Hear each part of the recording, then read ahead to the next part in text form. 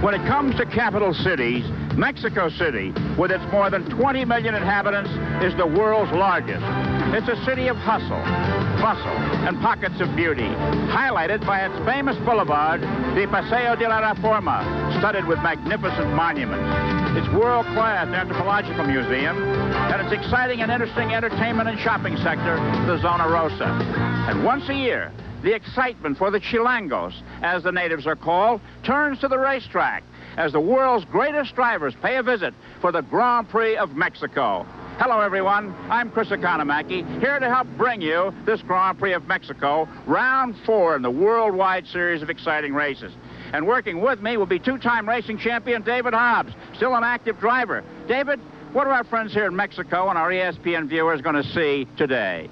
Well, Chris, the grid does have a very, very familiar look, with the Honda-powered McLarens again annexing that entire front row. However, the rest are getting better. Piquet and Berger only tenths of a second behind instead of the usual 2 or 3 seconds. At 7,500 feet, this is the highest Grand Prix circuit, and everybody thought this would really help the turbocharged cars, but it doesn't seem to be particularly the case. And Nannini put in a tremendous effort on Friday to qualify 8th overall, first non-turbo car. On Saturday afternoon, Philippe Alliot, the Frenchman, also qualifying very well in a normally aspirated Lola, had a tremendous crash right in front of the pits when his left rear tire deflated, sending him into the pit wall, destroying the car, but a great testament to the modern Grand Prix car that he escaped absolutely unscathed. With more of the best of the rest, we've got John Visignano down in the pits. Thank you, David. Well, it's certainly true that the McLaren team has been in a class by themselves for the first 3 Grand Prix of this year. But the blood-red cars from Ferrari have been knocking on the door. We talked to the #1 driver at Ferrari, Gerhard Berger, about exactly how he feels relative to the team's competitiveness here in Mexico. There's no way to say I race to the other cars and McLaren is another class. There's no way. You have to win races, and we have to improve the car, and we have to fight to the McLaren. And if it's not here, we have to try to in Detroit. And if it's not here, Detroit, we have to try after half season. So you haven't given up? No way.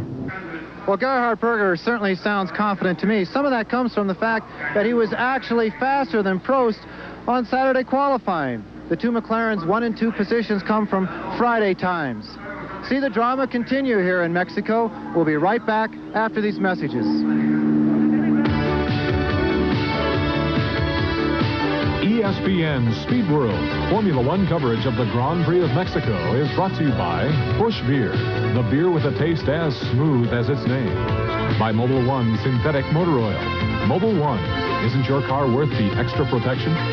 By BF Goodrich TAs and the all-new Weather Comp TA. And by USF&G Financial Services, asset management tools for a brave new world.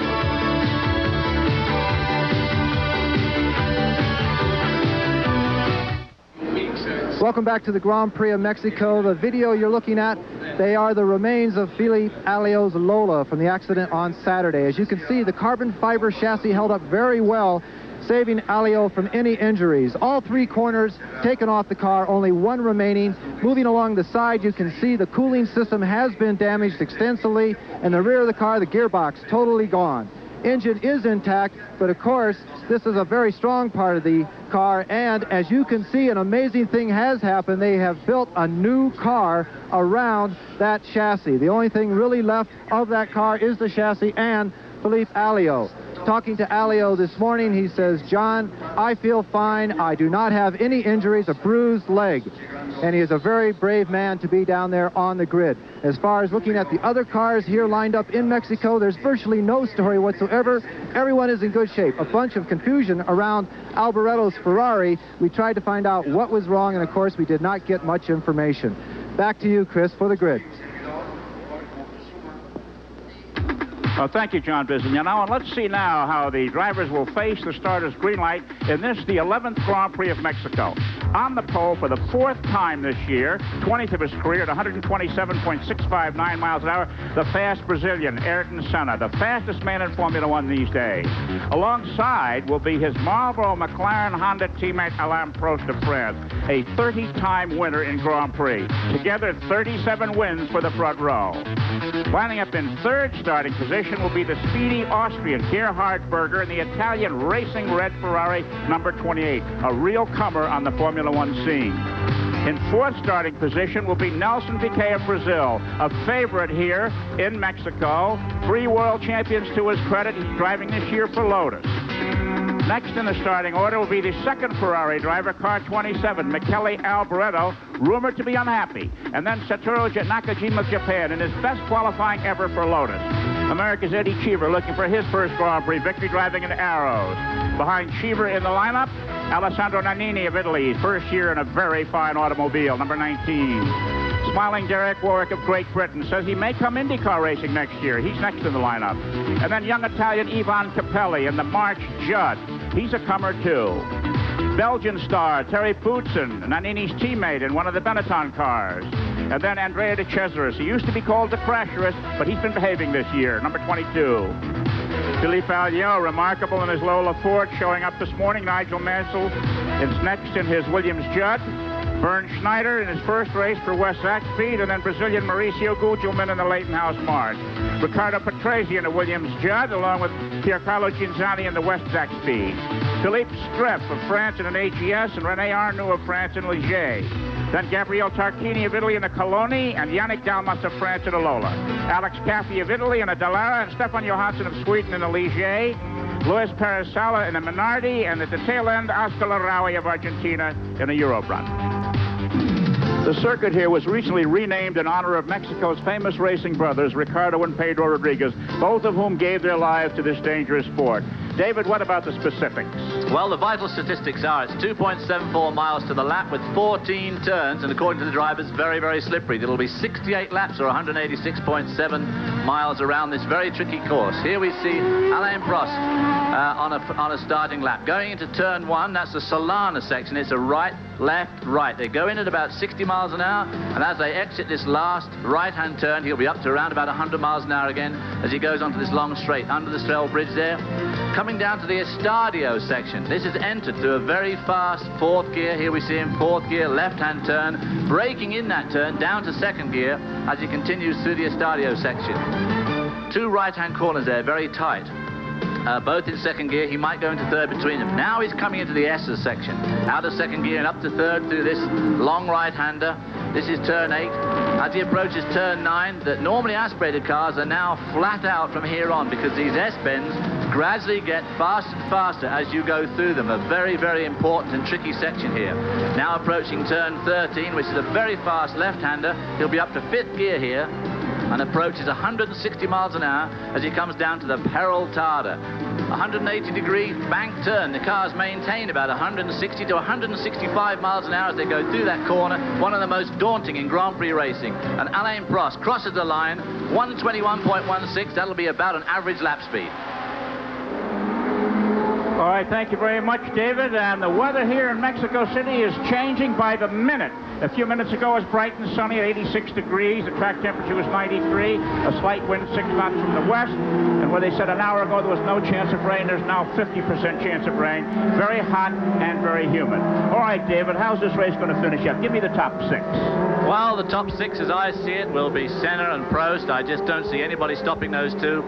I think Nelson Piquet in the Camel Lotus may well run 3rd. Derek Warwick's run well in practice, could come 4th. Nannini, the first normally aspirated car. And then just for luck, I'll put Alboreto there in the Ferrari, although probably I should say Berger.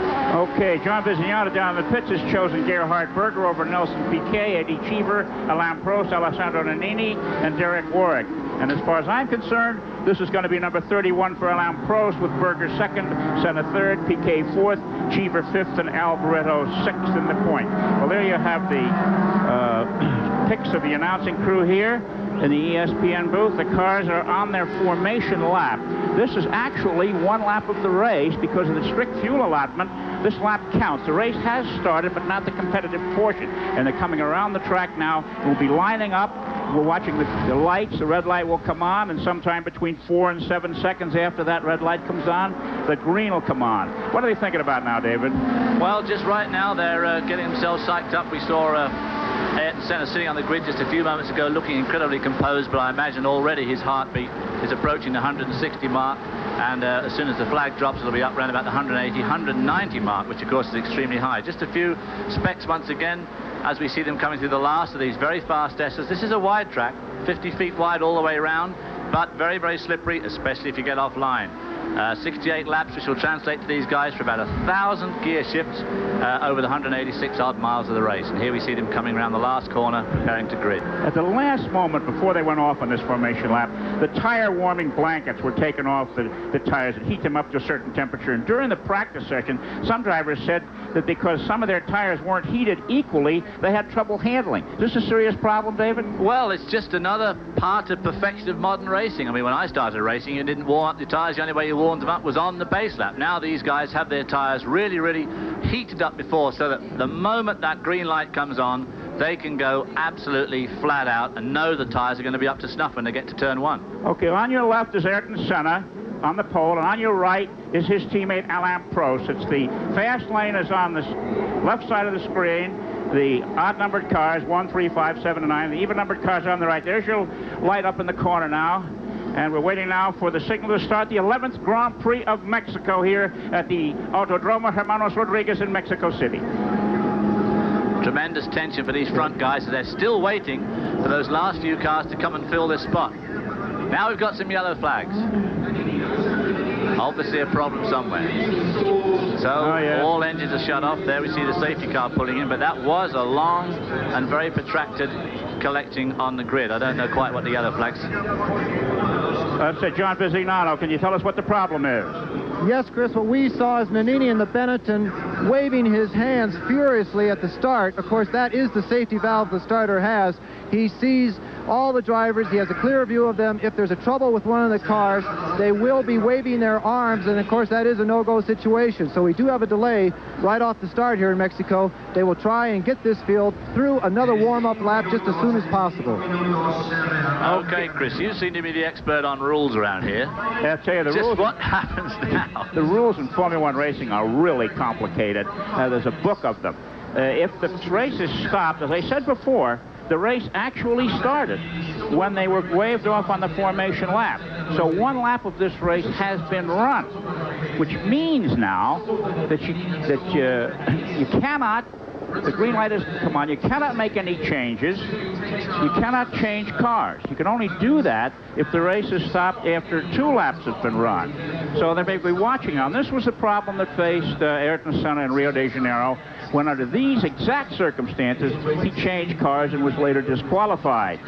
So down there at Alessandro Nannini's car, that's the Benetton car that he's driving. We're looking here at Philippe Alliot's Lola. This is the car that crashed yesterday so spectacularly, and all of the parts flew off of it, and it was a remarkable look.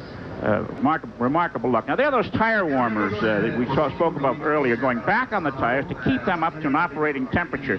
Formula One racing has become truly high-tech these days. It's really unbelievable how scientific it is. There they are, and these require tremendous amounts of electricity to heat them up. Every single one of these cars relies on Honda power, because all those tire warmers the blankets are run off power, which is given by those little Honda motors. So all these cars got Honda power. Okie doke, David. We'll be back for more of the 11th annual Mexican Grand Prix after commercial messages.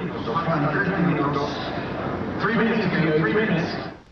Jackie Hicks was the winner, and it was tremendous security problems. And the reason the race is back here again is because the organizers promised tight security, that no one will get on the track. And believe me, around this Autódromo Rodríguez, there are police galore, police dogs, and mounted police, and there's been no problems at all with anyone on the track. Well, you can see the cars are on the track now waiting for the decision to get this race going away again. This is a very important series, and there are many people who would like to be in it that can't make it for one reason or another. And for those who are accepted, they have to meet a very stringent set of rules. The ruling body in Formula One, FIS, has developed a reputation for strict handling of rules violators. For the second straight race, Italian Stefano Modina's Eurobrun Ford was disqualified for slight violations of the rules. Here, his rear wing was 4 millimeters out of place. That's about 1/8 of an inch. And last time out, he failed to obey a signal to stop at the scale, and he was disqualified for 2 straight races. Stefano Modena has been disqualified and is not in the field. Right now, the Tire warmers are coming off. Spectators today include Jonathan Palmer and Julian Bailey of the Tyrrell team. They did not qualify fast enough to make the race. Youngster Nicola Laurini in the Osella is not in the race, not having qualified fast enough. And Spaniard Adrian Campos in a Minardi is also watching from the sidelines, not having qualified fast enough. And now we go through the same procedure again that we saw a little bit ago. The engines are started. They will sit here at the line. And it will they go around on one more formation lap. Formation lap. So we've got to go through that nerve-wracking tension again for these drivers. This does make things very tough on the drivers, there's no doubt about it, because you get yourself really psyched up for the start, and then to have to stop and sit there for 4 or 5 minutes, then go around and do another warm-up lap, and then go through that tension of waiting for that light to go from red to green. I mean, it's very tough. In order to observe the fuel regulations, the race distance now will be shortened by 1 lap to allow for this formation lap the cars are taking right at the moment. But it's interesting, the Hondas have dominated the racing so far this year. The Honda factory cleared the air here during the weekend with an official announcement as to exactly how many people are on hand to service just the engines in the 2 McLarens and the 2 Lotus cars. There are 10 engineers and 10 mechanics, plus 2 clerical personnel assigned to Formula One, or 11 people per car, just for engines. The release noted that the engineers are all under age 30 and worked for 3 years in the field before returning to Japan as factory managers. So this is part of Honda's training program for its factory managers. It's interesting. That's why Honda apparently is spending $50 million a year on its racing program. Well, the current managing director of Honda R&D and of Honda Motor Company Limited was in fact a mechanic on the Honda V12 that I drove in the 1968 Italian Grand Prix, which was my only appearance in a Honda Formula One car. There we see them going through those S's. You can see these first S's are pretty tight. This is turn 9. It's a little bit slacker. They go from 3rd to 4th through this corner, and then turns 10, 11, 12, and 13, all progressively get faster and faster. Very, very tricky, and very important to get those right to get a good lap. And if you get stuck behind a slower car through those S's, there really is no way around, because this track is very slippery offline. You know, aside from the line, David, I think this is one of the better tracks from a safety standpoint. Look at those wide verges. When a car runs off the track, there's lots of room for the driver to hopefully get it back under control. And there are no wire catch fences that I can see around it. A few rubber tires in certain key places. Julian Bailey ran into one yesterday. But I would say that of the Grand Prix circuits around the world, this has to rank as one of the safest. Well, all of them are pretty safe now. A lot of regulations have been brought into effect, and we could certainly see some of those regulations enforced. It'd be nice to see them enforced at a lot of the US circuits. Of course, the ones that have kart races are a lot better than they used to be, but this place is very safe. Here we are slowing down, coming back into the starting. And remember that the tail end of the field has to come to a complete stop before the red light comes on. And as I said earlier, the race distance now has been reduced by 1 lap to accommodate this formation lap. Ayrton Senna pulls his number 12 Marlboro McLaren into position, followed by the balance of the field. Gerhard Berger, number 28. And next in line is Nelson Piquet, the world driving champion from Brazil. And you can see way back in the back end, the last few cars are ready. The Senna getting ready. Cars still coming around that Paratelda corner there into view. So now the front drivers are hovering. Should I put it into first gear? They've got their foot on the clutch, legs starting to shake and quiver now. They'll be putting it in first gear now, I'm sure, just so they can find the right one. No. We don't see the light this time. There's the green fire, the red, and we're almost ready to start. And there it is. The race is underway. And look at the skirmish on the track. Boy, oh boy. Well, look at the Williams Hondas come through the back there. Who is it out front? Look at Nelson Piquet making a great run down the inside, overtook Prost, and I think he's going to try and take the lead. No, he's going to try, but not quite made it. What a start. I tell you, that's street fighting at its absolute best, only this isn't a street circuit. And one of the McLarens, very hard to see. The tint on our screen here is shade off. The McLarens were green on yesterday's screen. I think that's Senna in the lead, I think. I can't see properly quite. No, it's Alain Prost in the lead. Piquet second and Senna is third. the man that I picked to win the race has started off already. Well, Piquet, too, has made a very, very good start, which he needed to do because he needs to stay right up with those leaders if he wants any hope of staying in contention for this race, which I'm sure he really does. The Camel Honda Lotus having a pretty grim season so far. Well, they're stringing out now, one behind the other, and you sort of take a deep breath when you see the side-by-side stuff move over into one line. Of course, here, particularly bad because that start is so fast. It's such a long way down to turn one, which is so slow. Isn't that a great shot with all the serpentine cars weaving through there? The Mexican television has done a great job, and the man that shot Alio's crash deserves a medal, I think, for being on the stick. Now look at the lead that Prost has got there. Senna having a go, gets round inside Piquet easily, and Nakajima now lying in 4th spot in the second Lotus. And those are the same engines. The top 3 cars here, the top 4 cars, all have the Honda V6 engines. The Ferraris are 5th and 6th, and then the Arrows cars are 7th and 8th. It's amazing how the cars run so close to their teammates, and from a performance standpoint. The 2 Ferraris now being boxed up by Nakajima in the second Camel Lotus.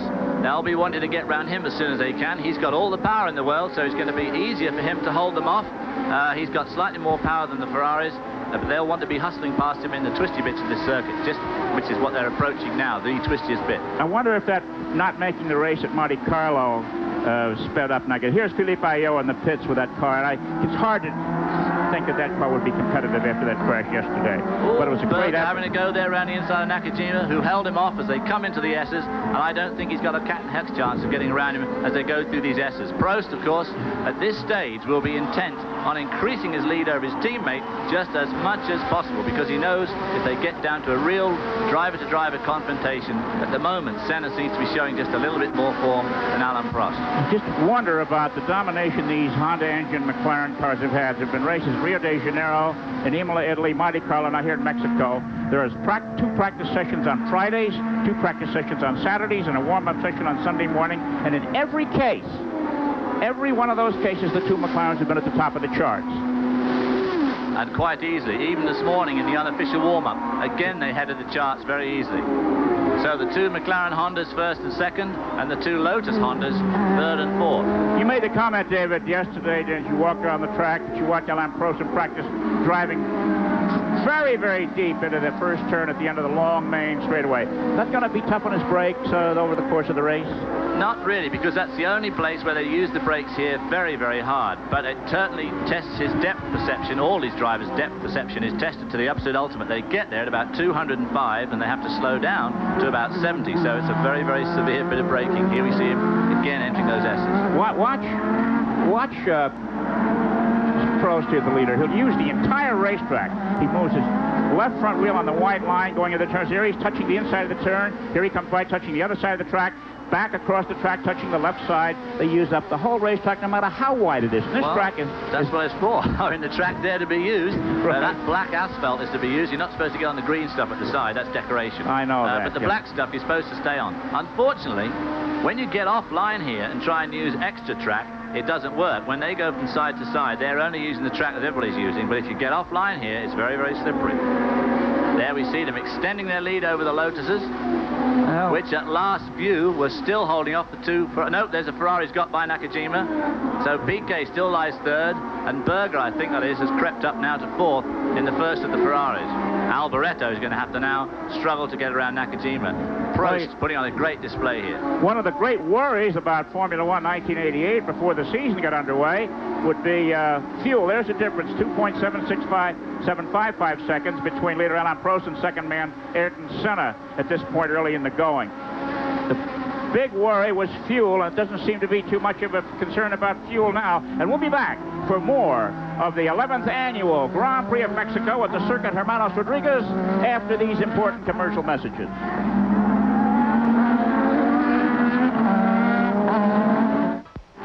And Alain Prost continues to lead the Mexican Grand Prix over his teammate Ayrton Senna by almost 3 seconds, with Nelson Piquet in a Lotus 3rd, Gerhard Berger in a Ferrari 4th, Japanese driver Satoru Nakajima 5th in a Lotus, and Michele Alboreto 6th in a Ferrari. They're in the points. And from Indianapolis, Rick Mears has won his third 500, averaging 144.809 miles an hour in his Pennzoil Chevy. And second place to Scotsman Jim Crawford in a March powered by an American stock block Buick engine, a remarkable achievement by the Scotsman Jim Crawford. Third place going to four-time winner Al Unser Sr., Mears' teammate, and another PC-17 Chevrolet.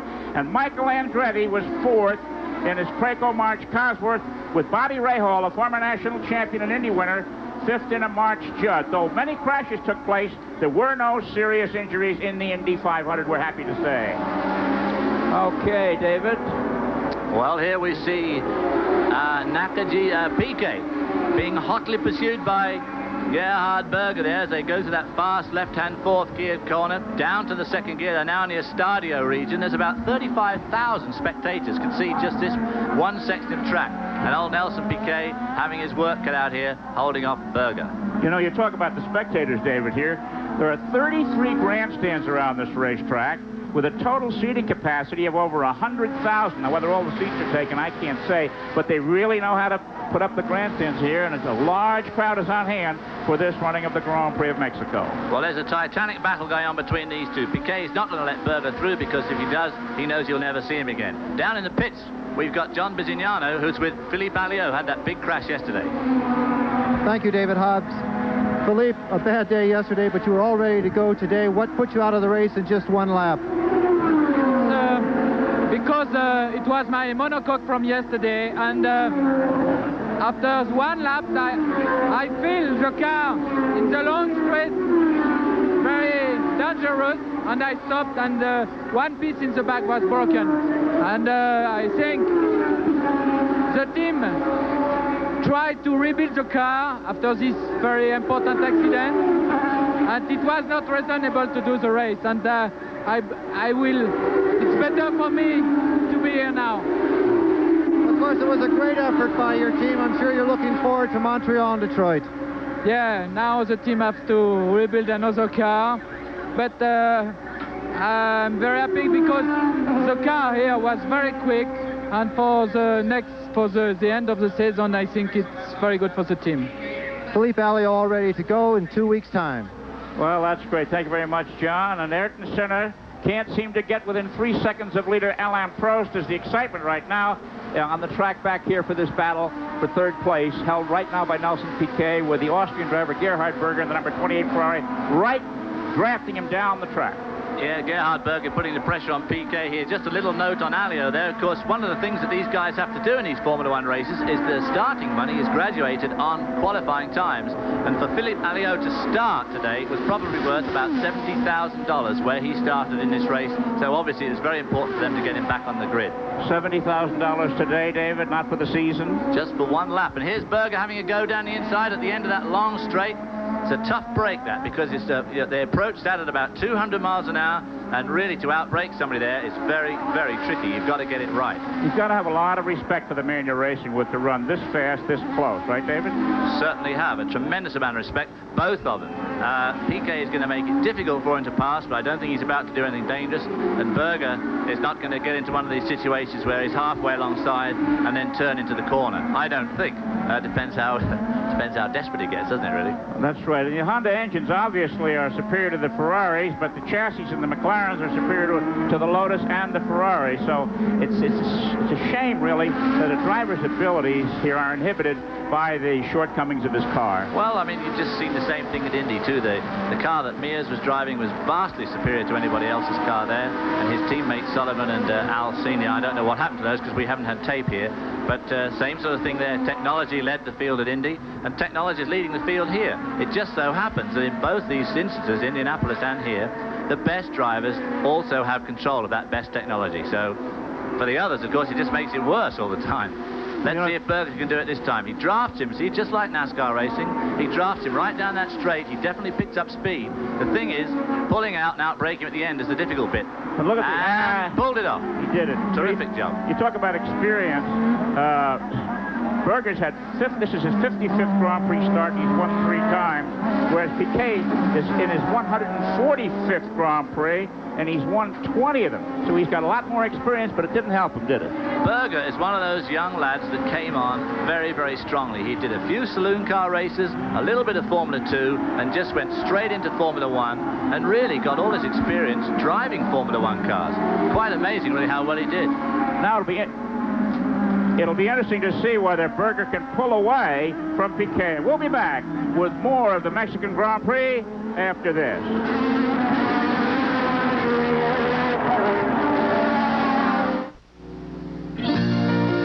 This ESPN Formula One technical report is brought to you by USF&G Financial Services, asset management tools for a brave new world.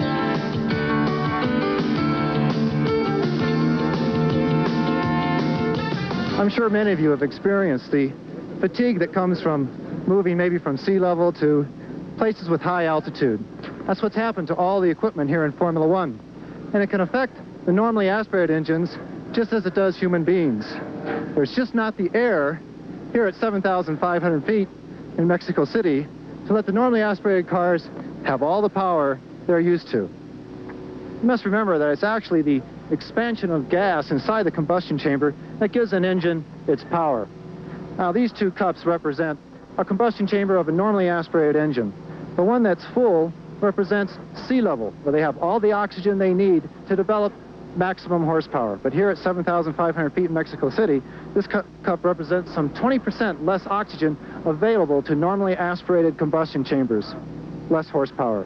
Now, the turbo cars, they love Mexico City and the altitude because they have an air pump that injects that extra air right up to maximum horsepower. So the turbo boys love Mexico City, and the normally aspirated engines are waiting for Montreal. Okay, back at the Grand Prix, and we're seeing some traffic scenes here. Alain Prost continues to lead. He's built his lead over Ayrton Senna now to over 5 seconds. Gerhard Berger in a Ferrari is 3rd. Nelson Piquet in a Lotus is 4th, and Michele Alboreto in a Ferrari is 5th. And the dominance by the McLaren Honda cars this year has been absolutely total. Not only have they won all 3 races run to date, but as I said before, been at the top of the charts. Looking over the history of Formula One, the dominant years in Formula One, back in 52 and 53, when Ferrari won 7 of 8. 55, Mercedes-Benz won 5 of 7. 1973, Lotus won 7 of 15. And in 1984, McLaren won 12 of 16. Well, there you're seeing a tremendous dogfight here for the midfield positions. And that's Bernd Schneider in front there in the Zach Speed, which is a turbocharged West German car, 4-cylinder engine, holding off Patrese and Tarquini. The 2 Ligiers right behind him. And there is Nigel Mansell about to be lapped by Alain Prost. This is a position that Nigel Mansell must find pretty humiliating. On the pole last year and won the race, having a dreadful year this year in his Williams Judd from the previous years of his Williams Honda. Prost just swanning on his way. He's about to catch up with that group who are fighting so furiously, and they're not going to be really ready for him coming up behind him just left. There you see them, Schneider doing an incredible job. This is only the 2nd race he's qualified for in his life. First race. I think it's the 1st race. You know, there are 5 first-year drivers in the race, including Schneider, Mauricio Gugelmin of Brazil, Luis Peresal of Spain, Oscar Larawi of Argentina, and 2 others who didn't make the race. The Ligiers, one of those, that's Arnoux, I think. Behind them is, in that Ferrari look-alike, that's Alex Caffey in the Dallara. You can see how bumpy the track is from some of these shots, can't you, David? Tough on the driver's backside, isn't it? Well, it's tough on everything, tough on the suspension. There's Senna going around Nigel. Poor old Nigel, he's not having a good day at all. Alain Prost, our leader, weaving his way through this slower traffic, all of which, of course, is bashing his brains out to beat each other, and it's very hard for them to just move out of the way and let Alain Prost through. It really is. Senna made up a little bit of ground, I think, in this traffic, which is not yet finished either. I mean, to show you the superiority of the turbo cars over the normally, the race is 12 laps old, and the tail enders are being lapped by the leaders. Oh, well and truly lapped. But this happens in all classes of racing. Even places like the Daytona 500, where you'd think it'd be very close on a relatively simple track, the tail enders are always lapped within about 5 laps. There we see Prost taking a bit of an advantage off Tarquini's car there. He wanted a bit of a draft, so he just dropped in behind for a split second just to help him leapfrog. There's number 26, he's about to pass next. Stefan Johansson also having a terrible year driving the Ligier, having driven Ferrari and McLaren in the previous 2 years. Poor old Stefan is reduced to not qualifying for one of the races and qualifying dead last with a couple for this one. The Ligiers are another car that was, the design was not quite right for the 1988 regulations, and it's, despite a number of interesting aspects of the car with fuel tanks here and there, it just isn't a fast racing car. It's just not up to it aerodynamically. I think it's a bit overweight, which is very important to these Formula One people. And one way and another, the car is not very inspiring. And in fact, Johansson qualified 24th out of 26. Not the sort of place that Stefan Johansson is used to finding himself. It's interesting to watch Alain Prost as to where he chooses to lap the tail enders. With the turbo car, if he slows way down for somebody, it takes a bit of while to get back up to speed, doesn't it? It does indeed. And now he's going to pass one of the only other turbo cars in the race, the Zack-Speed car. But there again, you can see the incredible difference in performance of those two turbocharged cars. Now going through the long, fast right-hander leading onto the pit straight. And he's now got to pick off Riccardo Patrese in the leading Williams Judd. And he will have dispensed with pretty well all of that battling group. Heavy traffic. And one of the differences in Formula One racing 1988 as compared with 1987, the reduction in horsepower of the turbo cars because of the boost pressure reduction has apparently eliminated the need for pit stops for tires. There's less wheel spin, we're told, and that most of the drivers expect to go the distance today without making a stop for fresh rubber. The other ironic thing is that by slowing the cars down, oh, there's somebody off. That looks like on the Ligiers to me. There's two cars off. Ligier nearly at rest, and is that Caffey? I think that's Alex Caffey in the Dallara. He's got great eyes, David. He's okay, obviously. Well, I'm cheating. I'm watching the Mexican monitor, which is bigger than ours. So there's a disappointed racing driver climbing out, walking through that sand trap, which obviously did the trick. His car didn't cross it. It stopped in the middle of it, which is what it's supposed to do before it runs into something solid. Right. And that is, I think that's René Arnoux, who obviously went off the track as well. He's the oldest man in the race at 39. Yes, so that is. Rejoins the race, and of course his car, as you noticed, was wingless.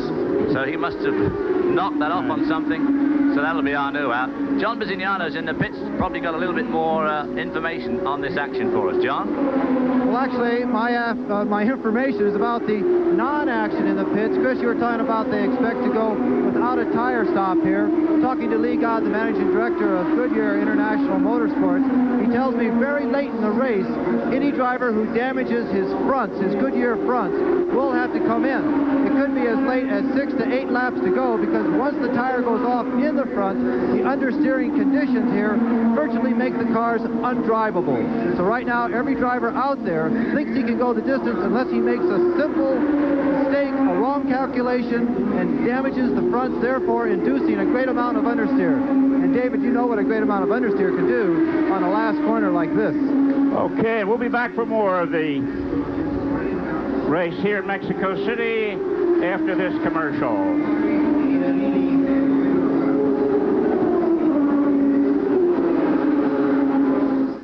Well, positions unchanged in the top 5 after 17 laps in Mexico. But from Indianapolis, startling news, a computer error and a wholesale revision of finishes behind the leader. Rick Mears' win stands at 144.809 miles an hour. But Al Unser Sr. has been moved to 2nd place.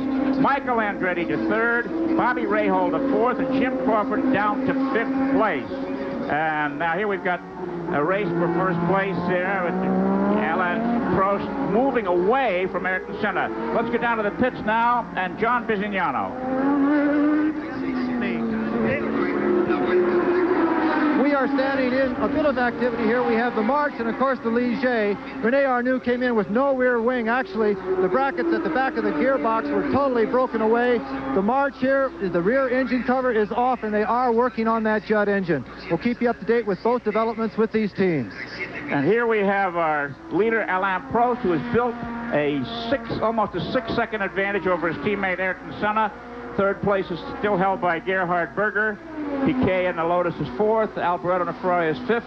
Nakajima in the Lotus 6th. Eddie Cheever, Derek Warren, their Arrows are 7th and 8th. And the first of the non-turbo cars is Alessandro Nannini in that Ford-engine Benetton car, holding down 9th place. And his teammate, Terry Boutsen of Belgium, is 10th in car 20. And Alain Prost has just done the fastest lap of the race.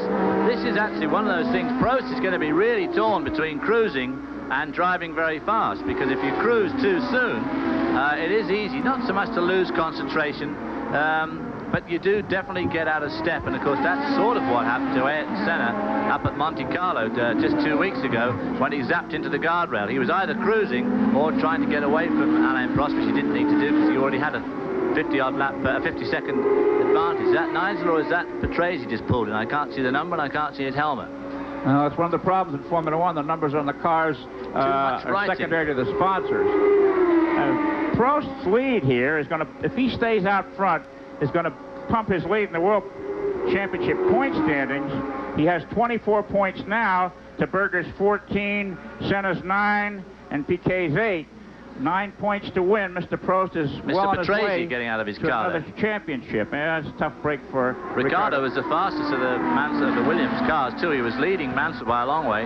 So Williams having a pretty desperate day here. Apparently their reactive suspension does not react very well to these bumps at this altitude. For some reason or other, the active suspension, of course, is supposed to be at its absolute best over the bumps, and for some reason or other here, they just couldn't make it work at all. And Nigel yesterday was very down in the mouth about it when I spoke to him, and going very slowly today. And of course, his teammate Patrese already out. There we see Ayrton Senna swinging through those S's, no doubt biding his time.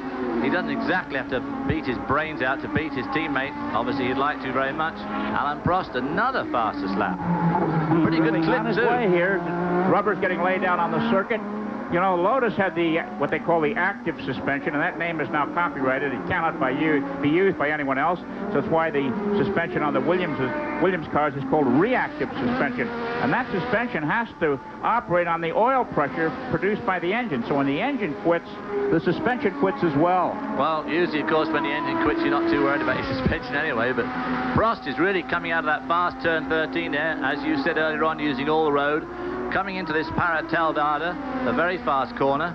And who are we seeing here now? There's Cheever and Warwick right together. Eddie Cheever and Derek Warwick, both in the USF&G Arrows cars, both turbocharged 4-cylinder Megatron engines, and both running pretty well, but just at the moment, just out of the points. 7th and 8th. They've only got to pick up one more place, and they could both be in the points. And Senna has now fallen to almost 8 seconds behind leader Alain Prost, who was really on rails today. Okay, let's go down to the pits, and John Bizignano. Thank you, Chris. Ricardo Patrese, you look very warm. What took you out of this Mexican Grand Prix? I had a problem. I had lost power in the engine mainly. Let me ask you, you are such a fit individual. I've never seen you look so done in. Is the physical part of this race getting to some of these drivers out here? Are you finding it harder to go a long distance than you thought? Well, I'm okay. I'm sweating a lot because of the heat and the altitude, but I'm okay. It was not a problem for fitness. Anyway, this one is one of the hardest races for sure, yes. Not a problem with Ricardo Patrese, only the engine. Back to you, Chris. Thank you very much, John. 20 laps into the race, and Alain Prost still lead. We'll be back for more of the Mexican Grand Prix after these commercial messages.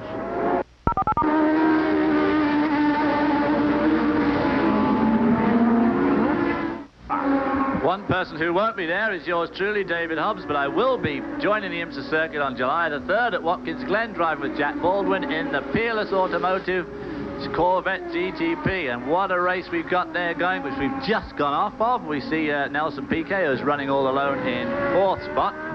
We've been having a tremendous dice between the USF&G Arrows, but of course that has now gone away, and we're back to Nelson on his own here, going into those S's, again using all the road. A tremendous driver, because he's won 3 World Championships in his time, and he'd like to make another one, but I don't think he'll do it this year. I think the pressure is on that Lotus team, David, because of the fact they have the same engines as the McLaren cars, have not been matching the McLarens in performance. I think the drivers are under a lot of pressure. Nakajima, I know, certainly did a lot better today than he's ever done before. And here we have another one of the Williams Nigel cars. Mansell's coming in. Yeah, it's tough. Is he taking his belts off? Yeah, it looks like he's getting out.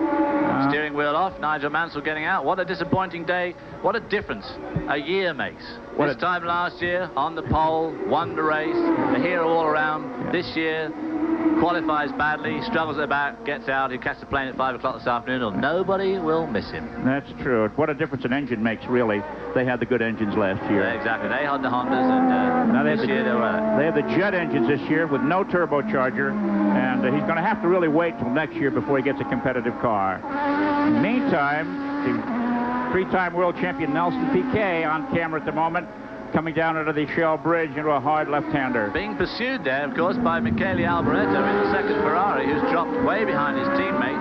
He's some 30 seconds behind Gerhard Berger. And Alboreto, too, has to be asking himself some questions, because Gerhard Berger's the newcomer on the team, but is now consistently quicker than Michele, who's been with Ferrari for a number of years. And there are rumours of Michele moving on, but of course, unfortunately, moving on won't get rid of the problem that Berger seems to be a quicker driver.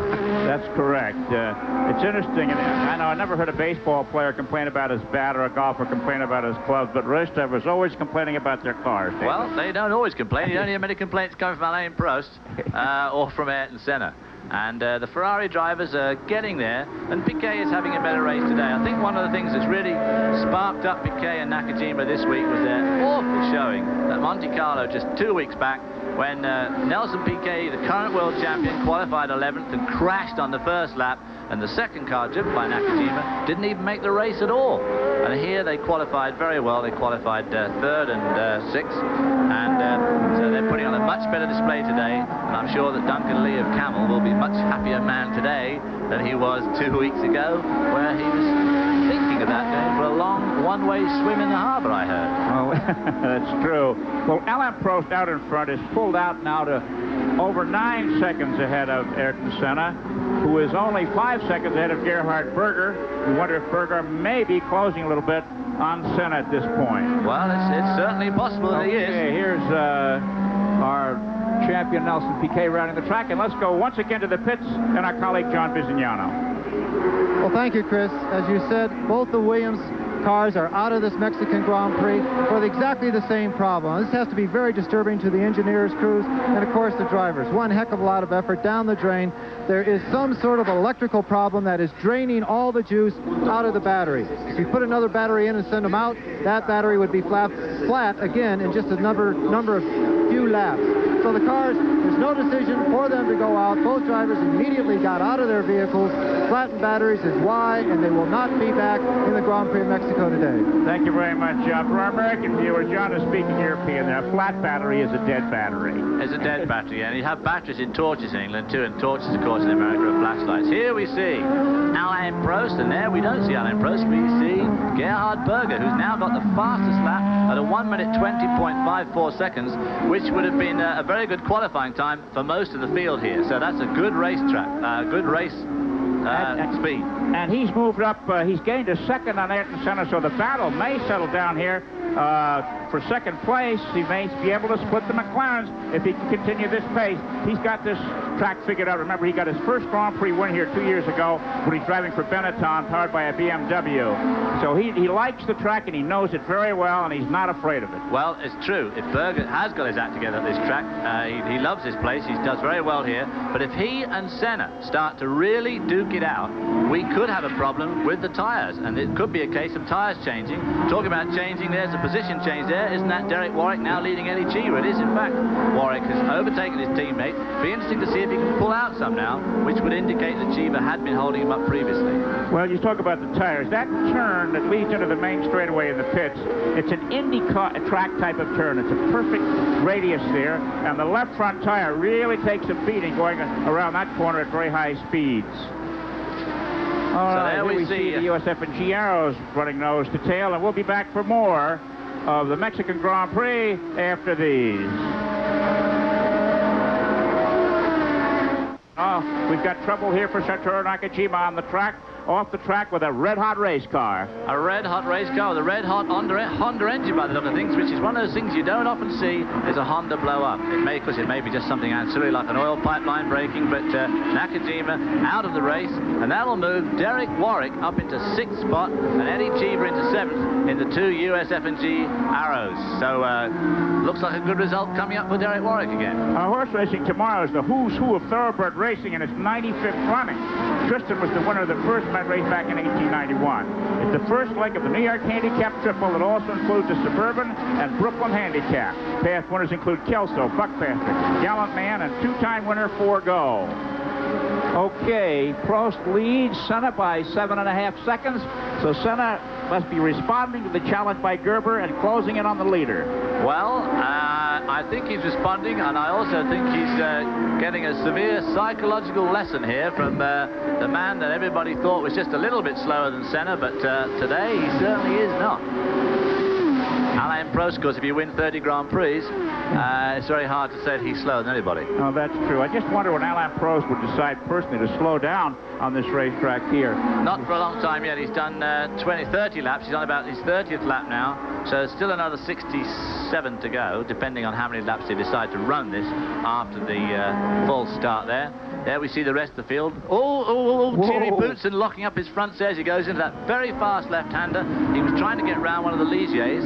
I suspect that's Stefan Johansson he was trying to get around. There we see the leader coming up to lap Oscar Larori in the Eurobrun. Larori, of course, at 33 and only his second Grand Prix, which is an incredibly advanced age to start Grand Prix racing. Right. But, of course, Larori is a very accomplished sports car driver. You've run under Larori many times in racing in IMSA, David, and does Prost have anything to worry about? Well, you better ask A.J. Foyt, because if you remember just a few weeks back on IMSA, we saw Larori and Foyt have a tremendous coming together at West Palm Beach. Both of them blaming the other. It'll be interesting to see how he lets Prost get by him here. Prost is quite patient here. Now he uses the fadeaway. There is no way out here. Those S's are so tricky, so demanding, and so slippery if you get offline that there's just no point in trying to push your luck because you just can't get around. He was behind Larori there for the better part of a lap. That would enable those behind him to close in on him. That will certainly enable Senna to close in on him for sure. Although, in fact, the gap has stayed just about the same. We're getting close to the halfway mark of this event, and Alain Prost has been invincible so far. He's in fact lost about 2 seconds on that lap trying to get around Larori, so it'll be interesting to see if he now picks him up again. Of course, Senna also has got to get around Larori, but lapping is also a very big part of luck. It depends just where you catch him. I mean, if Prost had caught Larori at the beginning of the straight, would have been no problem. Catching him right here, which is where he did, coming into those S's, of course, absolutely desperate. He's got a succession of slower cars in front of him here. You can see two others directly in front of him there as they weave to the left and to the right. That blue car he just passed, of course, was his old teammate, Stefan Johansson, who must be thinking, well, what about my luck? I could be driving the second one of those cars. Well, that's right. So Alain Prost continues to lead the competition over Ayrton Senna by 8.3 seconds. And we'll be back for more of the Mexican Grand Prix after these commercial messages.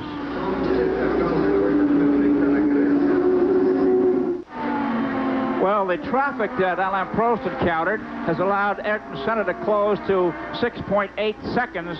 The margin, the interval has not been that narrow in several laps.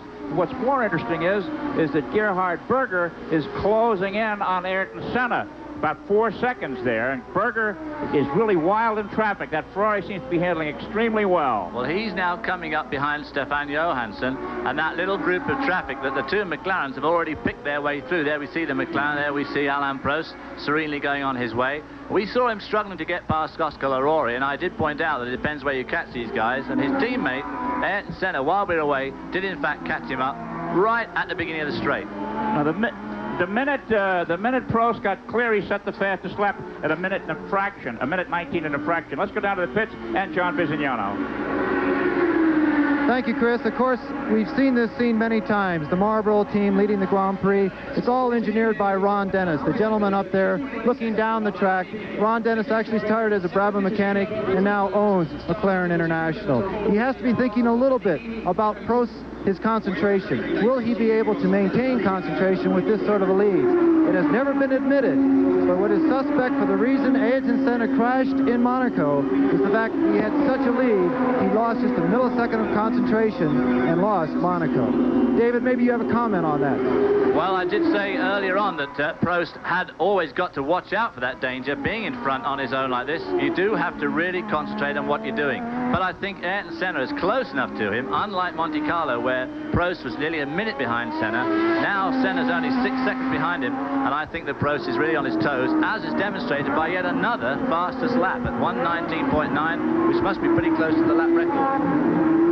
Well, look at the people there behind them. It's interesting that the size of the crowd here has come to the attention of the Mexican government that owns the grounds here, but the physical part of the track, the grandstand and so forth, are privately owned by some people, business people in Mexico who just love racing. But the significance of the race was made clear this week when the government issued several million postage stamps commemorating the Mexican Grand Prix, showing a face value of 500 pesos. That's about 45 cents. They're intended not only for general postal use here in Mexico, but for stamp collectors around the world as well, and racing fans too. I think the government too, I had a tip-off this morning that the government are very interested in one of the American announcers before he leaves the country tonight, and there's probably going to be some sort of a body search at the airport on the way out. Oh, I would think so. Right, right. There we see Prost crossing the start-finish line for the 35th time, I'm guessing here. Of course, we have some information, but it's always a bit behind. Coming in there, we see Derek Warwick in the US F&G Arrows, followed by Eddie Cheever. In fact, Warwick has pulled out a little bit of a gap. Berger passing Boutsen. Boutsen, the leading contender in the no, he's not, I'm sorry. Nanine is the leading contender in the normally aspirated group, and that is pretty depressing when you think that both of those Benetton Fords have been lapped by the first 3 cars at least, at less than half distance. Pretty depressing. The top 7 cars are in the leader's lap, and all behind are 1 or 2 laps more behind. Of course, that's a bit of an addition to there. We see the Ferrari going through again, that fast left-hander. Very tricky corner this, because you've got to brake really hard going through it for this very sharp second gear right-hander, which is followed by another second gear right-hander here. You might see the old Ferrari just get a little bit out of shape there. A lot of power going through those back wheels at a slow speed. You can see the left front tire, how much load it takes in these right-hand turns. You can imagine that the last corner of the track that you said was the fastest turn in all of Grand Prix racing is tough on these tires. Well, of course, if these guys have to really push it and start to wear those tires out, it'll be interesting to see if either the Ferrari or one of those McLarens has to stop for a tire change, which, of course, would finish their day, to say the least, if they're the only ones that have to stop. Berger right now is 4.1 seconds behind Senna, lying in 3rd place. Prost leads, Senna 2nd, Berger 3rd, Piquet is 4th, Alboreto is 5th, and Warwick is 6th. There's the point. There's the pit sign. There you see exactly. It's -4, +28 over the guy behind him, which, of course, is Nelson Piquet. And I didn't see the bottom one.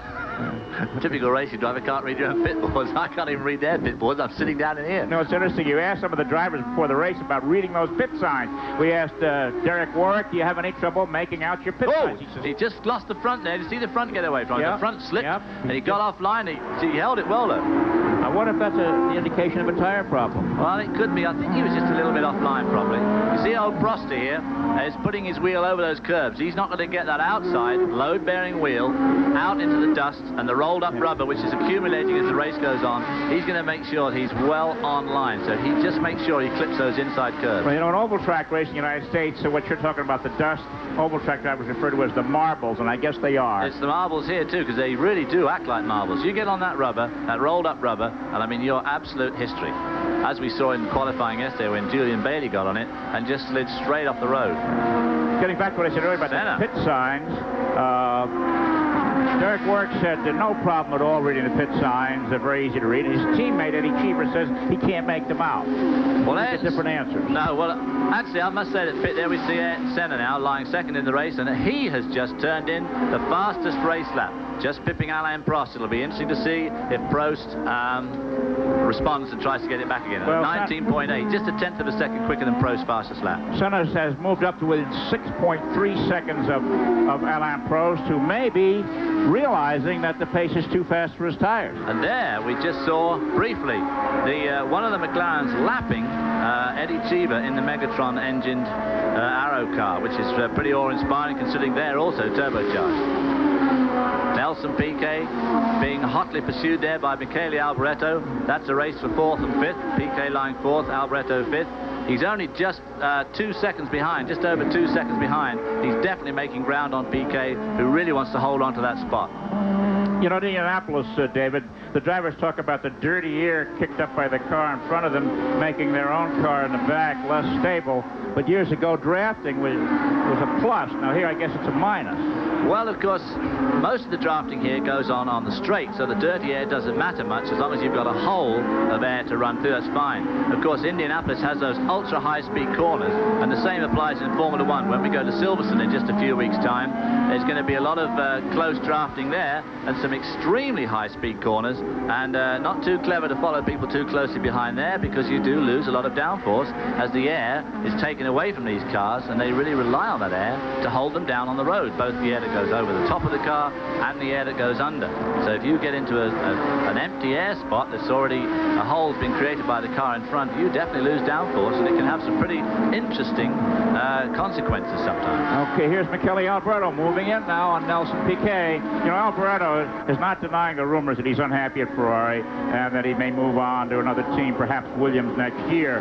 But what's been tough for Alboreto, an Italian driving for an Italian team, is to have Berger named the #1 driver of that 2-car team. That's got to be a come down, because for years Alboreto was the #1. Now here Piquet is slowed down by a slower car, and here comes Alboreto. That's unfortunate. I say unfortunate. It's actually Andrea de Cesaris. So we'll have to see how gentlemanly Andrea is to let these two guys go through, because they're coming on to about the 3rd longest straight here under the Pirelli bridge. Piquet, of course, is already there, slips by. We're coming up to that fast left-hander, and Alboreto has got left behind here. So now he could have to follow de Cesaris all the way through those S's. Well, it's one Italian leading another Italian. It could mean one of two things: I'll let you through, or I'll never let you through. Well, probably the latter. And this, of course, has given Nelson Piquet another breather. He'll be very glad to see that in his mirror. And of course, will now try and really pull out a few seconds, which will give him another 5, 6, or 7 laps breathing room, and hopefully he'll repeat the same process again. Well, this is interesting, because Alboreto is giving de Cesaris plenty of room here. But there's nowhere to go. You can't go too far on the outside. But this is a great race going on here, and we're going to be back with more of this action from Mexico as we see Nelson Piquet, the current world champion, leading Alboreto the Mexican Grand Prix after these messages. Okay, it's 7.5 seconds, the interval between leader Alain Prost, who has been out front since the drop of the flag, or the changing of the light, I should say.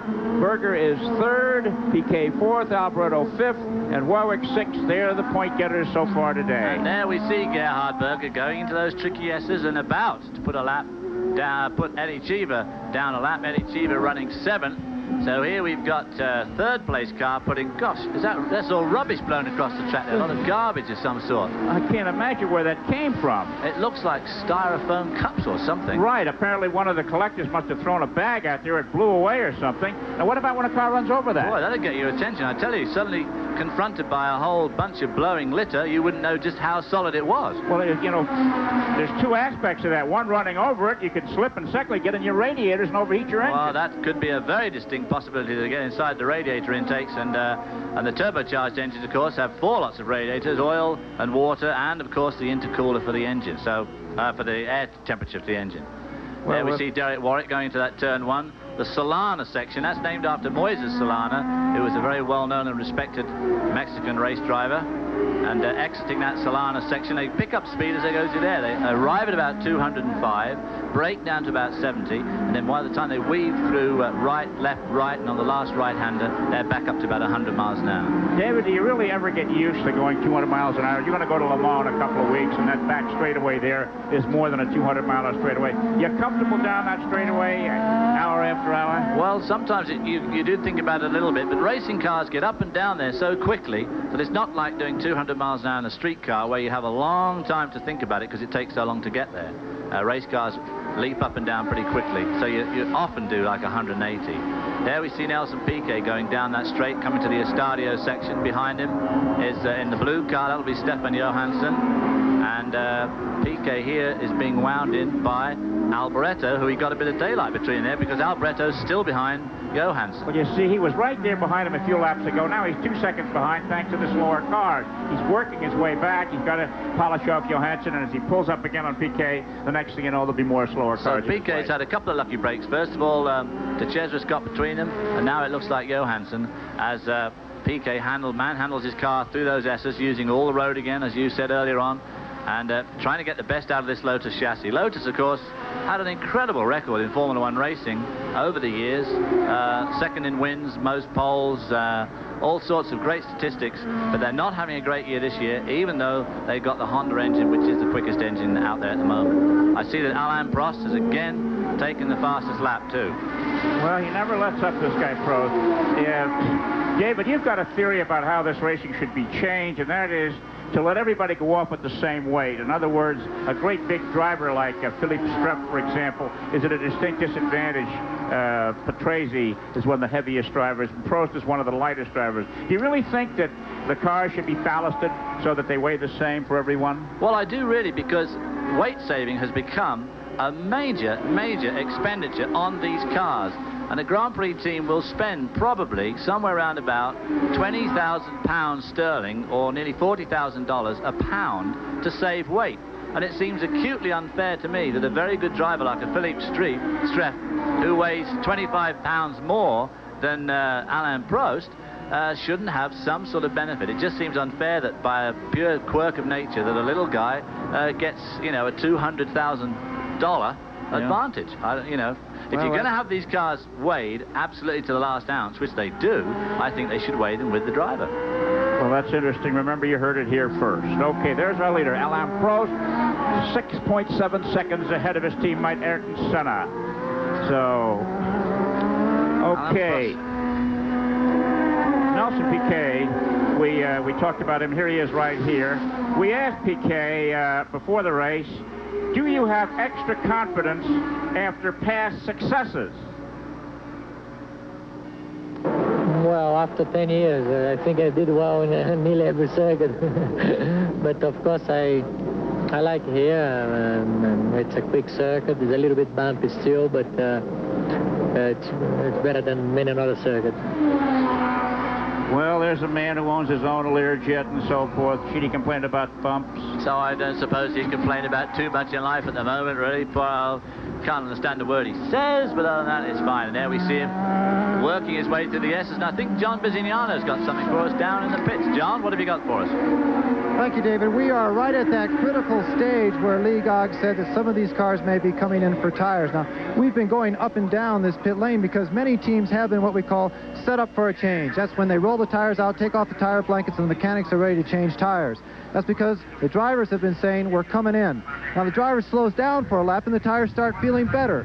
So we have to remember that when these tires are hot, they can go off very quickly.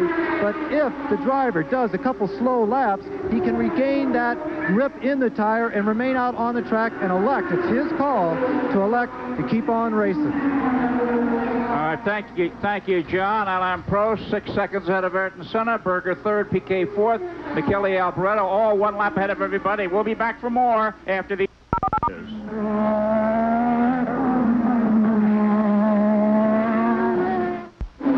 Round 5 of the Grand Prix circuit comes up in Montreal in 2 weeks on June 12th.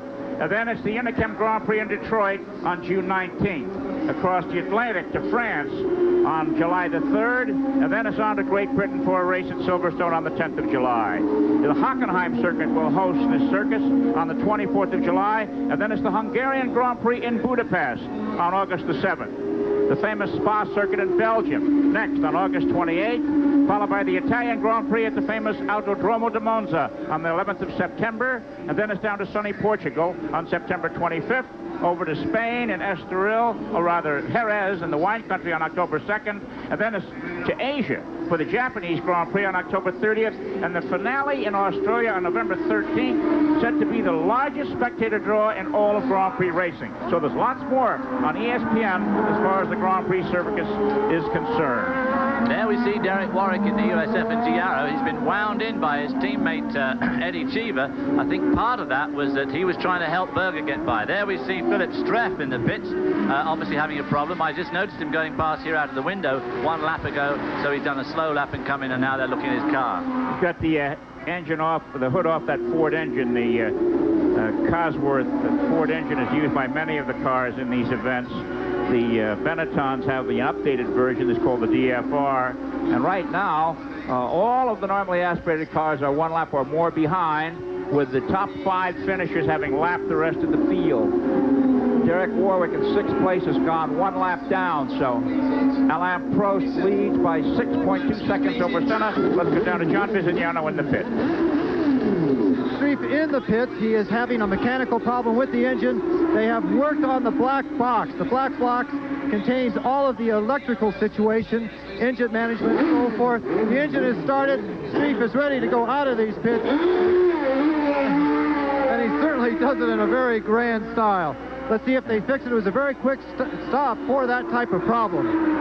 And he didn't change tires. I did think that maybe while he was there, because there's no rule on mechanics over the wall in Formula 1, they can use an army if they want to. I thought that while he was there, they might have changed his tires, as they did not.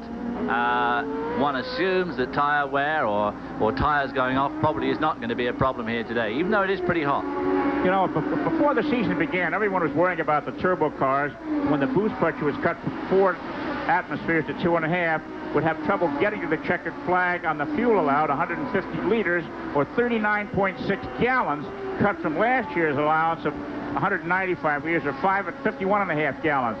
But you know, Jackie Oliver, the Arrows team, told me that they've got their fuel mileage so increased that they went off with 37 gallons today, 2 less than they needed to save weight. It is one of the things that racing, of course, has always tried to do is to bring in high-tech innovations that can ultimately be used on street cars. And I do think that the advances that have been made in fuel management technology in racing cars will find its way to street cars, and we will find that our street cars will benefit enormously from the technical exercises that people like Honda and Porsche and Fiat through Ferrari have put into their racing programs, because these cars do average an incredible high mileage considering the speeds they're doing. I mean, they're going to use 30 gallons and 180 odd miles, averaging 125 miles an hour. Yeah, that's true. Ferrari's new car supposedly has a computer, one computer that controls the electronic engine management system, the transmission, and the suspension. We anxious to see that when it finally gets to the track. Of course, they are a bit of a nightmare. You take the hood off these cars. We haven't really had a good look. You take the hood off, and the thing is an absolute maze of wires, black boxes, senders, chip holders, controllers. There we see Thierry Boutsen. Now, Thierry Boutsen is in the 2nd fastest, normally atmospheric car, right, being passed by that turbocharged car for, is that the 1st or the 2nd time? Not having a good day again as our Thierry from Belgium. That's right. It's the 2nd time he's gone a lap down. He's in 9th position overall, so it shows you the superiority, particularly at these high altitudes. At sea level, why the normally aspirated cars aren't really that much at that much of a handicap. All right, we asked Alain Prost, the man that's out in front now. Whoa! There we see a bit of inter-team dueling there as they go into turn 1. Old Eddie Cheever giving a real... the meeting of the Arrows motorhome after the race should be interesting. Derek Warwick there giving him a very hard time. They're both putting a lap on Oscar Larori. I suppose he balked. We didn't see how that started, but we saw how it nearly finished. It nearly finished with both USF&G cars in the fence. Eddie Cheever still behind his teammate, no doubt cursing rather than moment. It looked like they touched there for a moment. Derek Warwick told me before the race he's going up to Milwaukee next Sunday to watch an IndyCar race, and he said, I see my career going in that direction. Well, just then he probably saw his whole life going in that direction, just for a brief moment. That's right. Well, Alain Prost continues to lead, 6 seconds ahead of Ayrton Senna. And before the race, we asked him if the McLaren cars can keep up the pace.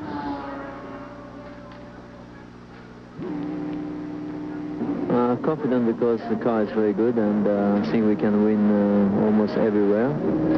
But not very, very confident in the fact that the car is so good that we can almost win every races. every race, and it's going to be difficult to fight against Ayrton along the season, because at the most you can expect one driver could win 11 races.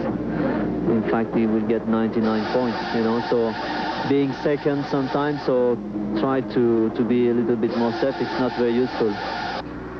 Well, that was Alain Prost, the leader, and he just knocked off another fastest lap, 1:18.907 seconds, and that's faster than all but the first 4 cars qualified for this race. So he has really got that car balanced right for the competition. So much for tyre wear, fuel consumption, and everything else. And everybody told me before the race that the McLarens were really sick about was their fuel consumption, their tyre wear. Well, old A. Prost is called the Professor, and I don't think there's any worries for him. Here we see that tremendous race still going on between Derek Warwick and his teammate Eddie Cheever. There'll be probably words said, and I think John Bisignano has got some information for us down in the pits. John, what have you got? Right, David, we have the leader of the Arrows racing team, Jackie Oliver. Jackie, on the monitor behind you, you just saw your 2 drivers almost eliminate each other from the race.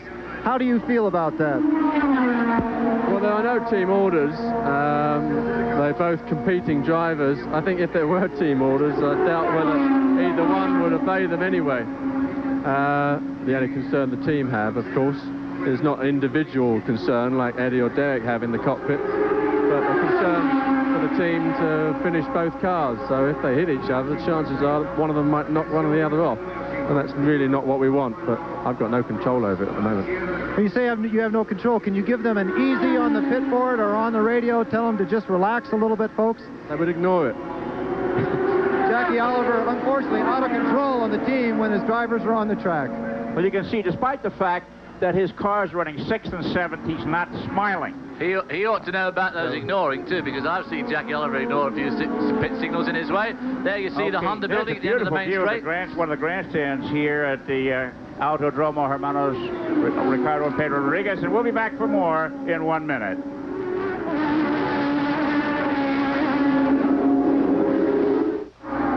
Stock car fans, NASCAR's Budweiser 500 comes up next Sunday, June 5th at noon, Eastern, 9 a.m. Pacific, live on ESPN from Dover Downs International Speedway in Dover, Delaware. 3-time Winston Cup champion Dale Earnhardt leads the field on NASCAR's Monster Mile at the Dover Downs International Speedway. America's top stock car drivers take on the challenge of the Budweiser 500 Sunday, June 5th at noon Eastern, live on ESPN. Dover Downs is a high-bank, 1-mile super track known for its bumper-to-bumper excitement and physical demands on drivers. Last year, Davey Allison took the checkered flag just ahead of Bill Elliott. The best in NASCAR racing will compete again this season, including Davey Allison, Bill Elliott, Dale Earnhardt, Neil Bonnet, Richard the King Petty, and Darrell Waltrip. Well, while we were away then, Alain Prost did another lap record in 1:18.8 seconds, which is 125.8 miles an hour, which is only just over half a second slower than he qualified and would have put him comfortably in 4th place on the grid. So there's a guy who's really got his act together this Sunday afternoon here in Mexico as Alain Prost heads serenely on to what could well be his 31st win, but there's a long way to go yet. Well, Alain Prost is about to rub it in Ferrari here. He's coming up behind Michele Alboreto. He should catch him in another 10 laps or so and put him a lap down. Alboreto holds 5th position, and he's in the same lap with the leader, but I don't think for long. And Alboreto, of course, is still having his own personal battle with this guy here. That's Nelson Piquet, the current world champion, in his Camel Lotus. And every time Berger gets to within striking distance, something ghastly happens to him in traffic, and he gets left out. I keep saying Berger, I mean Alboreto, keeps getting left out, and it's going to happen again, because Nelson Piquet got around Oscar Larori there, although it won't happen here because they're just coming onto the main straight, and Berger with his turbocharged Ferrari should easily dispose of the Euro-Brun Ford down this main straight. There we see Alboreto's signals, 2.5 behind Piquet, and however many he was in front of Derek Warwick, who's running in 6th spot now. And with 13 laps to go. Well, we had asked Kelly Alberto before the race how he finds the track here in Mexico this year and whether or not it's hard to drive. Same than last year. Still bumpy. Only the street lane is a little bit better, but the biggest problem in the high-speed corner is still there. There is a big hole, and it's very, very difficult, very hard to drive here.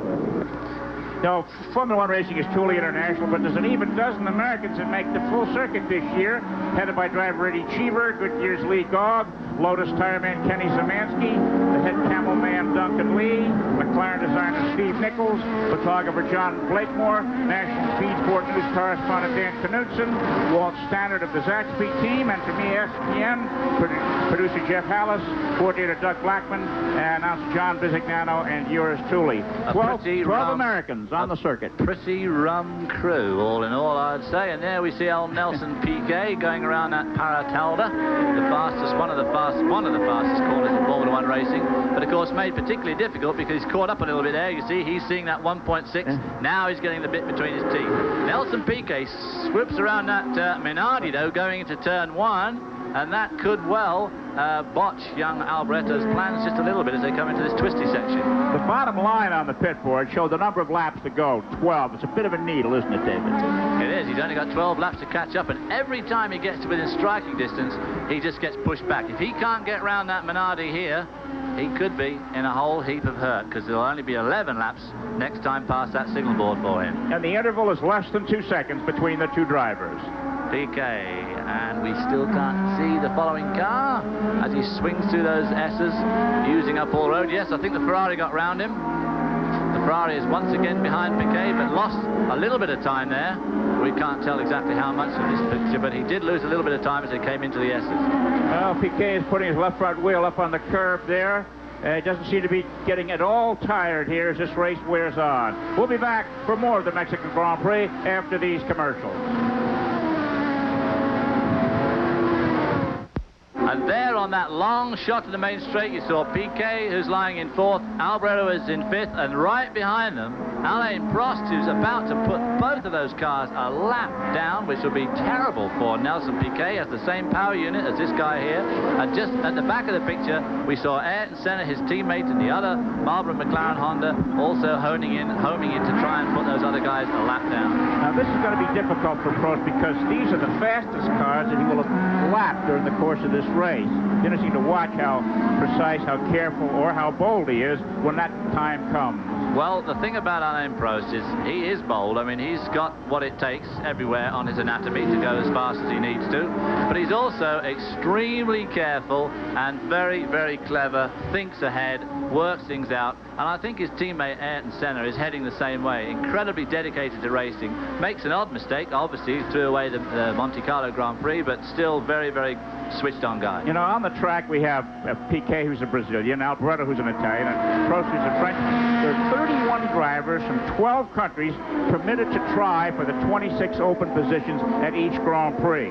Italy sends 10, France 5, Great Britain 4, Brazil 3. Nelson Piquet's popped another motor. Well, I say another motor. He's popped his Honda engine, which, as I said before, is a pretty unusual thing to happen. But he's pulling off at the end of the straight, so poor old Nelson Piquet's day is done. A tough break for Lotus, I'll tell you that.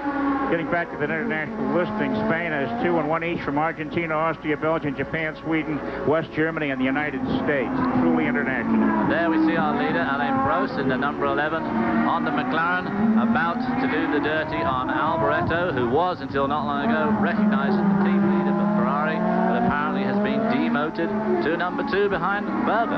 This will put Eddie Cheever in the 6th position into the points, which will please Jackie Oliver now on having both of his cars in the point-paying positions. In international Formula One racing, only the top 6 finishers get points. He nearly had them both in the crowd just a few minutes ago.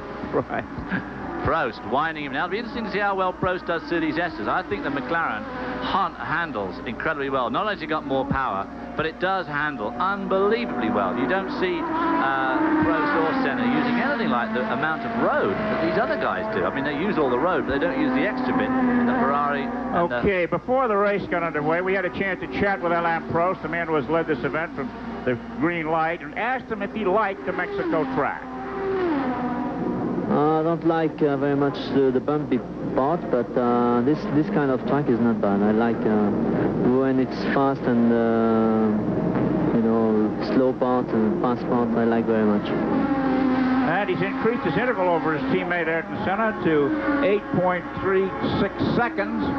Seems to just have total control of this race, and the McLarens are on their way to dominating the 4th straight Grand Prix of the 1988 season. With just a few laps left to run, about 9 laps left to go, he doesn't seem to be showing. His head is still very upright in that cockpit.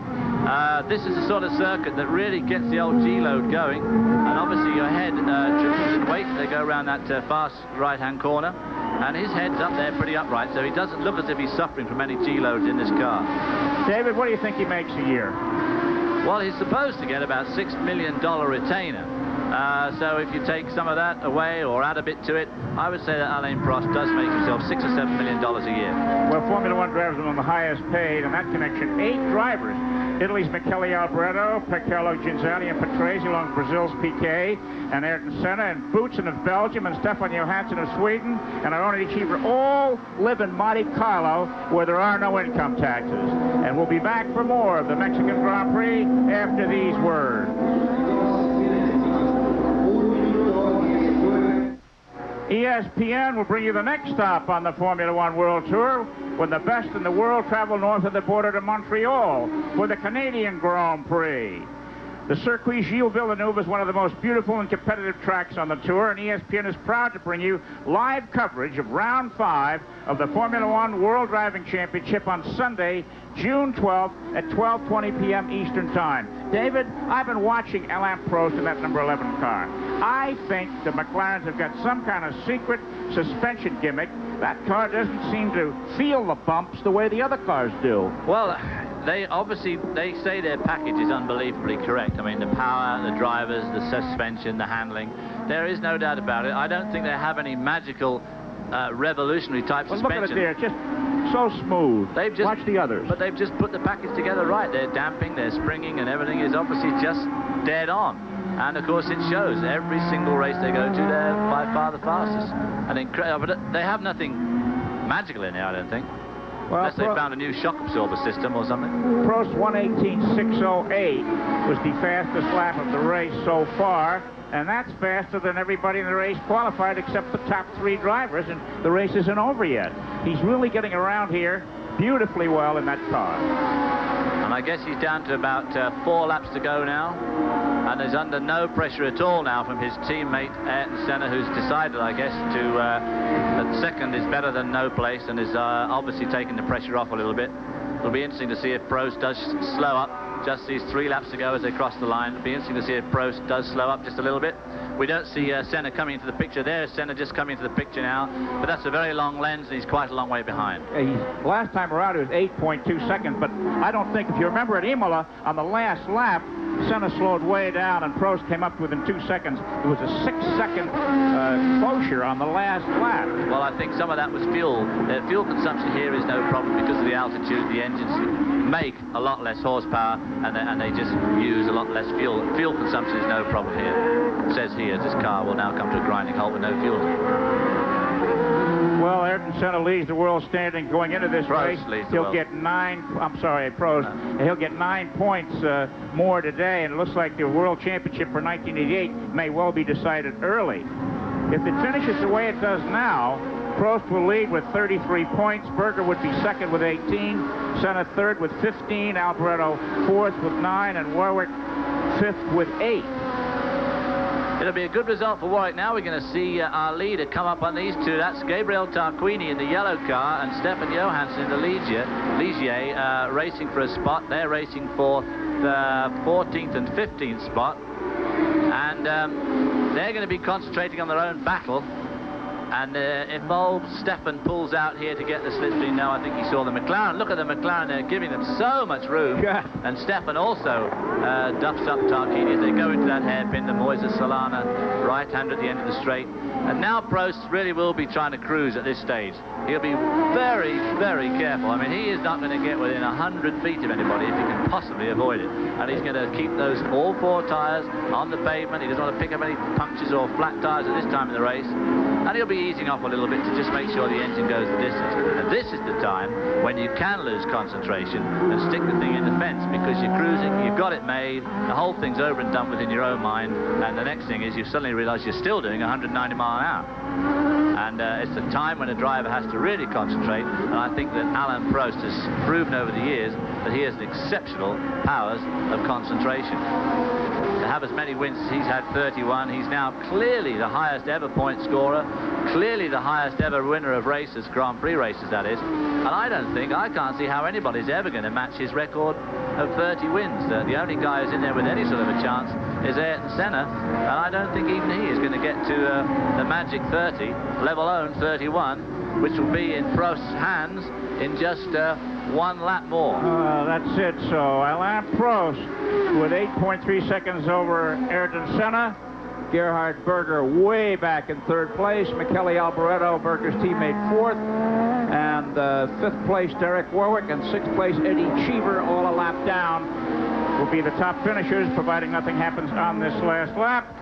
And David, you picked Ayrton Senna to win, and John, you picked Gerhard Berger to win, and old Chris picked Alain Prost to win. Well, I picked Alain Prost at Imola, and Senna came first, and he came second, and this time I thought I'd give Senna the benefit of the doubt, and they've got it the other way around, but I notice you don't have Senna in there at all, Christopher. Why is that now? Well, we could... I wondered, you've got PK finishing there. Aren't you the fellow that says winning is everything?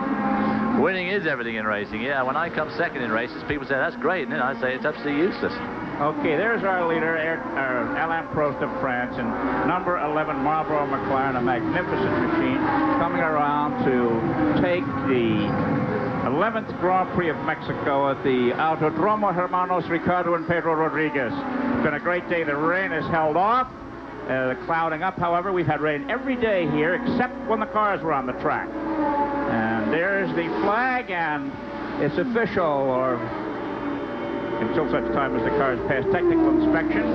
4 straight for Marlboro McLaren, and there's talk that maybe every race of the 1988 season might well be won by this all-dominant team. Well, the way things are going at the moment, there is absolutely no way anybody else is going to win a race this year unless these two have a major coming together in the race and knock themselves out, or they both have freak blow-ups. The engines, those Honda engines, seem to be unbelievably reliable.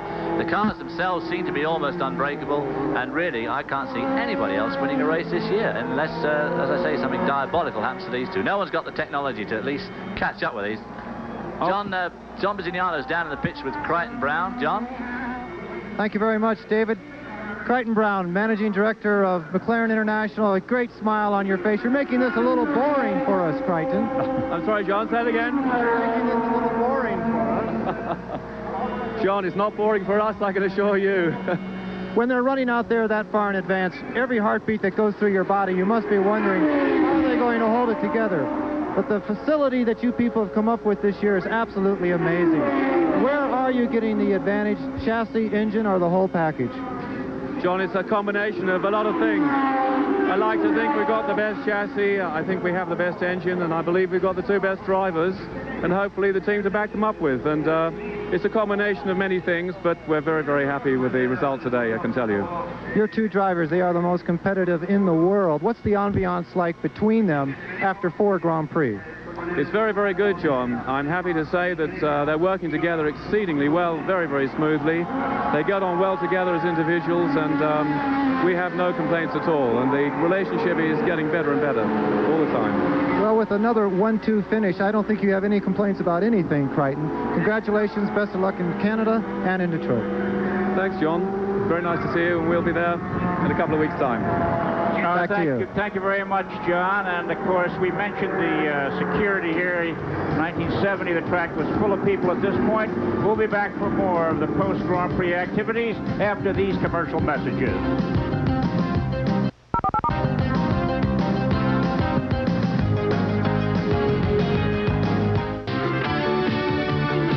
Okay, and so in 4 races on the Formula One circuit, there has not been a single pass of a running leader for the lead. David? Well, I don't think that's particularly important, Chris. What is important is the message that McLaren and Honda are putting across to the rest of the field. And I think the worst message, or the strongest message anybody got today, was that received by Senna from his teammate Prost. It must have been a pretty sobering day for young Ayrton Senna. John, what do you think? Well, I hate to belabor the McLaren situation, but their dominance is outrageous right at the moment. And Prost, I think you said earlier, David, who is ever going to catch the man on number of wins? I'd like to say to everyone in the United States that this Grand Prix circuit goes on to Canada and the Unicam race in Detroit. If there's any way you can see one of these things live, try and make it to either Montreal or Detroit. They're both great venues. Okay, on our pick six things, your host, Chris Economaki, got 23 points. David Hobbs, my booth associate, 20 points, and John Bisigagna Pitts, 16 points in this tough battle for the season picking. So here we are at Mexico, saying goodbye to a lovely town and great weather at the moment, and we'll be seeing you all from the Canadian Grand Prix of the Circuit Gilles Villeneuve in Montreal for round 6 of the World Driving Championship, the International Formula One circuit. It's a 16-race series, and ESPN will be bringing you just about all of these races, wherever they may be, and we hope that you find our coverage of this competition enjoyable. Remember, it was Prost and Senna and McLaren's 1 and 2, Berger and Alboreto and Ferraris 3 and 4, Warwick and Cheever and Arrows 5 and 6, and Nannini and Boutsen and Benettons 7 and 8. And so that's it from the Mexican Grand Prix at the Autódromo Hermanos Ricardo and Pedro Rodríguez. Chris Economaki saying goodbye for David Hobbs and John Bisigagna.